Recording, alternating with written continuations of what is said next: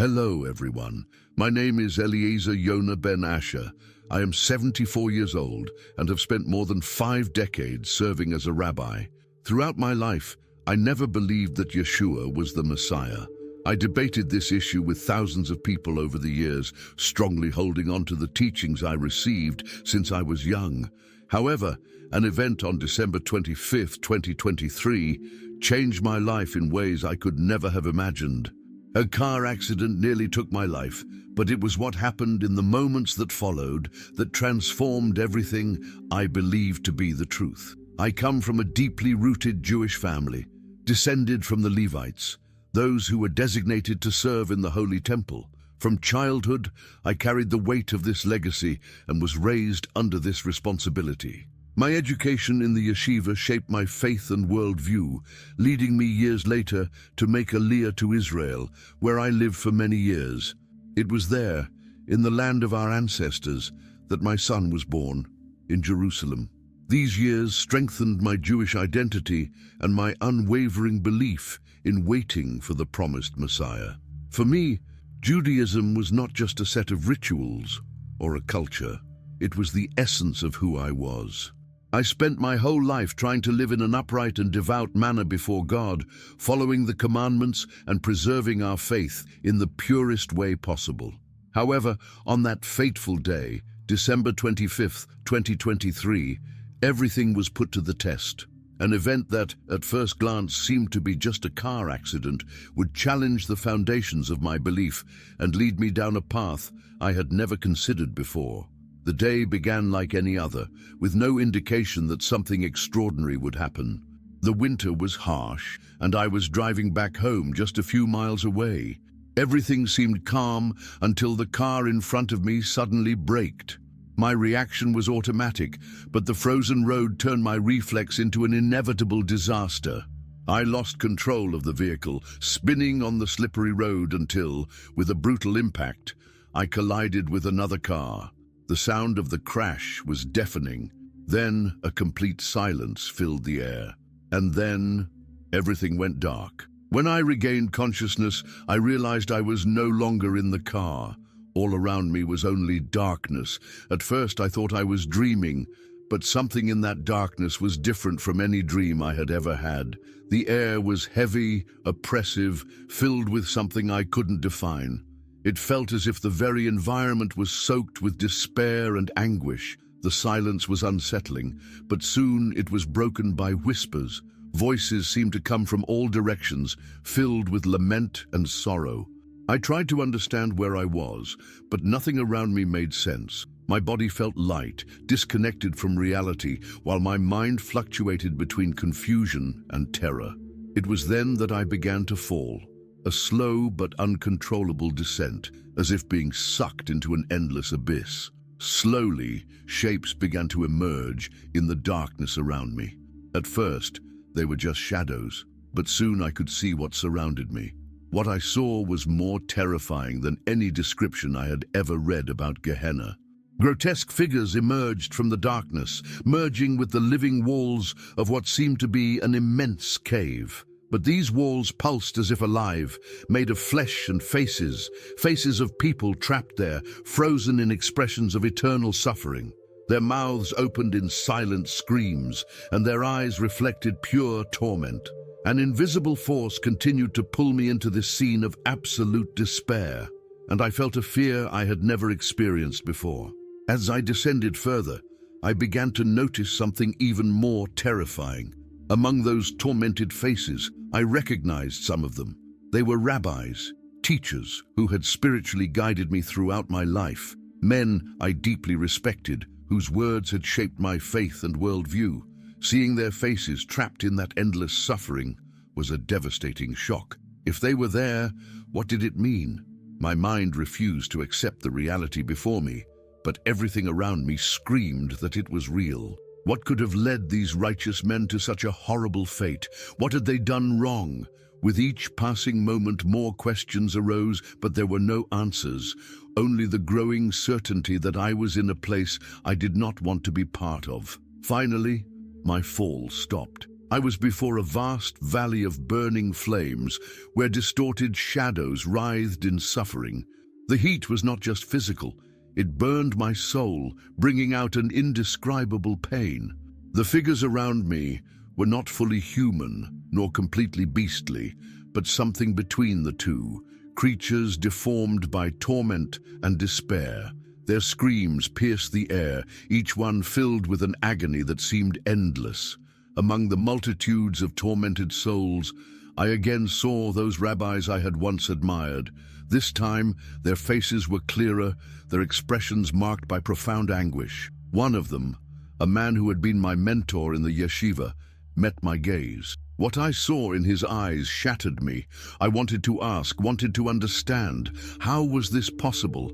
How were those men who had dedicated their lives to studying and teaching the Torah here, trapped in eternal suffering? Before I could say anything, one of them began to speak. His voice was hoarse, filled with sadness and regret. "We were wrong," he said, his expression reflecting deep pain. "The Messiah came, but we rejected him. We didn't see. We didn't want to see." Another rabbi, whom I also recognized, joined in the lament. "We spent our lives studying the law, but we rejected the Redeemer that God sent to us. We clung to our traditions and ignored the truth." His words hit me like a blow. My heart raced, my mind fought against what I was hearing. I wanted to deny it, to find a rational explanation, but in that absolute darkness, there were no arguments. Those words echoed like a sentence over everything I had believed. If these men, who were the embodiment of wisdom and righteousness in my life, were here, what did that mean for me? Was I also destined for the same end? I felt my chest tighten in despair. The faith I had carried for decades seemed to crumble before the terrifying revelation unfolding before me. At that moment, a crushing weight fell upon me. Everything I had believed, everything I had lived for, seemed to be collapsing in the face of that terrible revelation. If these wise men were here, trapped in eternal torment, then what awaited me? My mind tried to find an explanation, a justification for what I was seeing, but there was no escape. Fear took over me. Suddenly, a light pierced through the darkness. At first, it was just a distant point, but soon it grew, dispelling the darkness around me. It was a light unlike any other I had seen, not just bright, but filled with a purity and peace beyond description. At its touch, the horror around me began to recede, as if it were being expelled by its presence.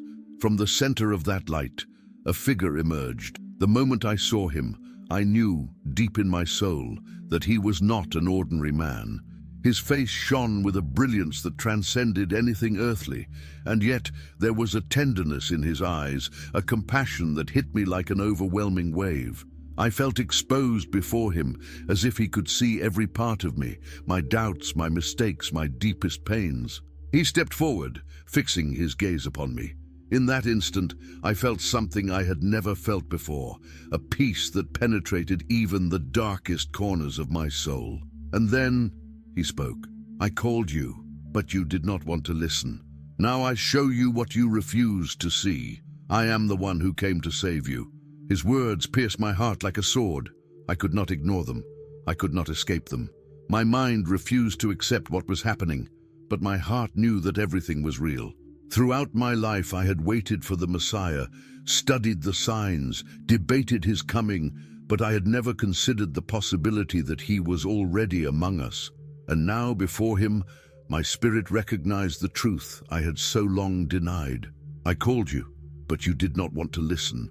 His words echoed in my soul. The figure took another step forward, his light pushing away the last traces of darkness around me. He extended his hand to me, and in his gaze there was no condemnation, only love. A love I had never felt before, a love that enveloped me completely. "You spent your life trying to approach God by your own efforts," he continued, "but salvation does not come from your works, it comes from me." My throat went dry, my mind screamed to resist, to question, to argue, but my heart already knew the answer. All my prayers, all my efforts, all my quest for holiness, I had never felt whole. There had always been an emptiness, a restlessness I ignored, thinking it was just part of the journey. But now, before him, I realized that emptiness was the absence of truth. "God loves you," he said, "and he sent me to save you." I felt my body tremble. The weight of decades of beliefs and teachings collided with the clarity that now filled my soul. And then a question struck me like lightning. What if I'm wrong? For a moment, fear tried to take hold of me. What if I was mistaken? What if everything I had learned throughout my life was the truth, and this experience was just an illusion? But before that doubt could grow, he spoke again, as if reading my thoughts. "This darkness you saw, it was not created by God. It is the result of each one's choice. Pride blinds, and a hardened heart turns away from the light. But I came to bring the truth and set free those who wish to see." His words penetrated my spirit like fire. Everything I knew, everything I had been taught, was being turned upside down. I had dedicated my life to God, but I had never felt his presence as real as I did at that moment. He extended his hand once more. "You can continue down this path of doubts, or you can trust me. I will not only save you, but I will make you a light for your people." My heart tightened. The weight of a decision that would change everything rested upon me. If I accepted this truth, I would lose everything I knew: my position, my respect, my community, my family. But if I refused, I looked around me. The shadows were far now, but I still heard the echoes of suffering in the darkness. The faces of those rabbis who had once guided my faith were still there, trapped in the storm of their own blindness. I knew that if I turned my back on this moment, I could become one of them. My hands trembled. The truth was before me, and the choice was mine. I raised my eyes to him, and with a choked voice I asked, "What should I do?" He smiled, and his answer came like a balm to my soul. "Believe in me. Leave the burden behind. Salvation does not come from your works, but it is my gift to you." A wave of emotion coursed through my body. My legs grew weak, and tears began to flow down my face. Throughout my life, I had tried to approach God through study, discipline, and the strict observance of the law. And now, before him, I realized that all of that, no matter how important, could never replace what truly mattered: recognizing the Messiah that God had sent. I looked at his outstretched hand, and for a brief moment, I hesitated. It was hard to let go of everything I had carried all my life. But at the same time, there was a peace emanating from him that surrounded me in a way I had never experienced before. And then, slowly, with my heart racing and my soul surrendered, I reached out my hand and took his. In that instant, everything changed. The darkness that surrounded me disappeared as if it had never existed. The pain, the weight on my spirit, the fear, all dissipated, replaced by an indescribable lightness. The scream of torment that once filled the air was silenced, and a deep silence took over the environment. But it was not an empty silence. It was the calm of a soul that, for the first time, had found rest. An intense light filled everything, and before I could understand what was happening, I felt my body being pulled upwards. I closed my eyes, feeling that peace enveloped me completely. When I opened them again, I was no longer in that place. The light was now coming from above, but it wasn't the heavenly light that rescued me. It was cold, artificial.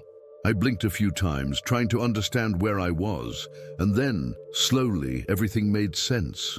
I was back. The sound of heart monitors filled the room. The smell of medicines and disinfectants was strong. My eyes adjusted to the fluorescent brightness, and I realized I was lying in a hospital bed. I survived the accident, but inside, I knew I would never be the same. As my vision adjusted and reality began to take shape around me, I felt a different weight, not physical, but spiritual. Something inside me had changed irreversibly. The accident may have been just a traumatic event, but what I experienced in that brief moment between life and death was not a mere delirium or hallucination. I knew with absolute certainty that I had witnessed something supernatural. Lying in that hospital bed, I heard the muffled voices of doctors and nurses in the background, checking my vital signs, murmuring about my recovery, but I couldn't focus on what they were saying. My mind was fixed on everything I had seen, on what he told me, on the words echoing inside me. "I called you, but you did not want to listen." Those words haunted me, but at the same time they gave me a new clarity. I spent my whole life waiting for the Messiah, and when he was presented to me, I rejected him. But now, after that experience, after seeing what I saw, there was no more room for doubt. He was real. He was the Messiah. But then a new question arose in my heart, and now, accepting this truth was not simple. My whole life had been built around the faith I inherited, the teachings I followed, the community I belonged to. If I acknowledged Yeshua as the Messiah, it meant that everything I had believed was incomplete. What would my family say? How would my community react? The weight of this decision began to settle in. I knew I couldn't simply ignore what I had experienced. But how could I follow this new path without losing everything I had built? Suddenly, the journey ahead seemed harder than anything I had ever faced. The days following my recovery were filled with unrest. On the outside, I was physically well. Miraculously, the doctors said that despite the severity of the accident, I had not sustained fatal injuries. But inside, a much greater battle was taking place. My whole life had been guided by the Torah, by the teachings of the rabbis I respected, and by the tradition of my people.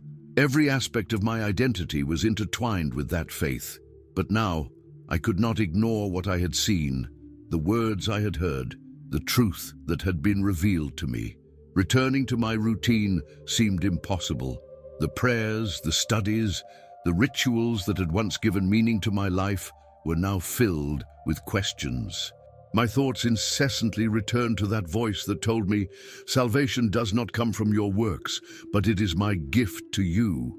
And if that was true, what if, all this time, I had been trying to reach God through a path he never wanted?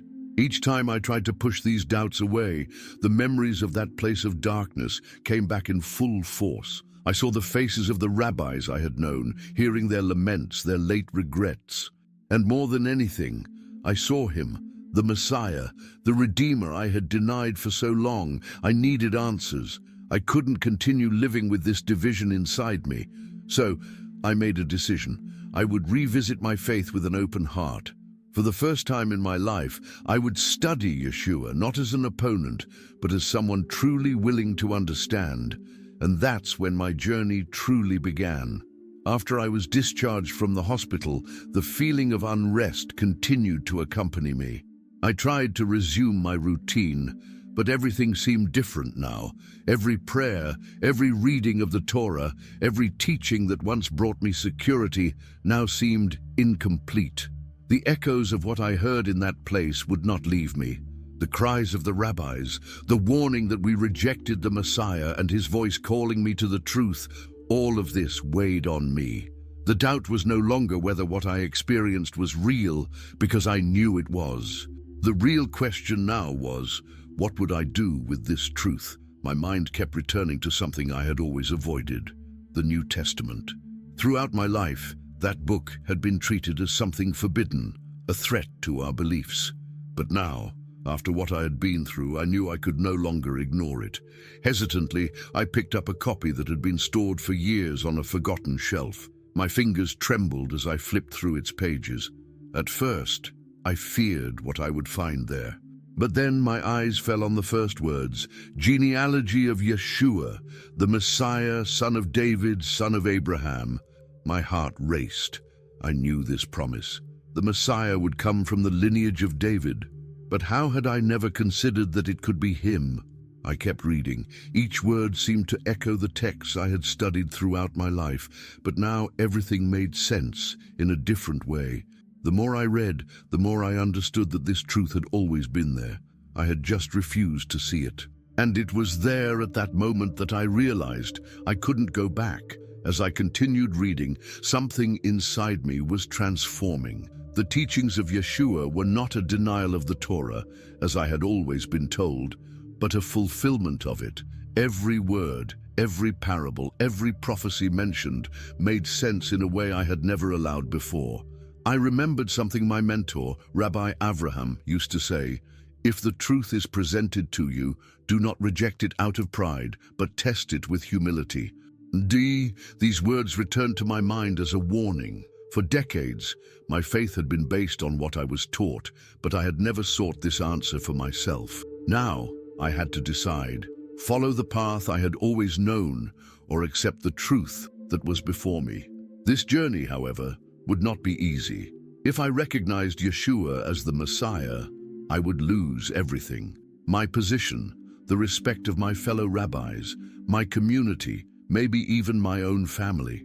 I would be seen as a traitor, a renegade. The weight of that possibility crushed me, but then I remembered the moment when I reached out my hand to him in that place of darkness.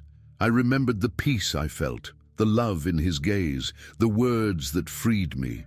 The choice had already been made in my heart. Now I just needed to have the courage to live it. My decision was made, but the journey was just beginning. I knew that following this truth would come with a cost, but I could no longer deny what I had experienced. When I shared my discovery with some fellow rabbis, I was met with disbelief and, in some cases, hostility. I was warned, called deceived, a heretic. Some advised me to forget everything, not to stray from the path of our ancestors. But how could I ignore something that changed my soul so profoundly? My family also struggled to understand. For them, it felt like I was abandoning everything we had lived for. It was painful, and it still is. But the more I delved into the teachings of Yeshua, the more I realized that my faith was not being destroyed. It was being completed.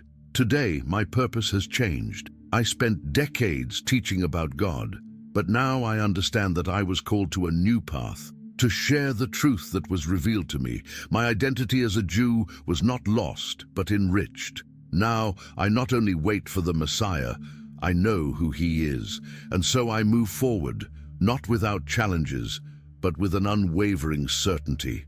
The one who rescued me from the darkness now guides every step I take. This is my story, my new journey, my true calling. I want to deeply thank you who followed this journey until the end. I know stories like mine can be difficult to hear, but they are also stories of overcoming, of transformation, and of faith. I hope that by sharing my experience, you have found something that touches your heart and maybe even inspires you to move forward, even in the most challenging moments. If you liked the video, don't forget to subscribe to the channel and turn on the notification bell to catch the next videos. We post videos every day at the same time, stories that I hope make a difference in your life, just like this one made in mine.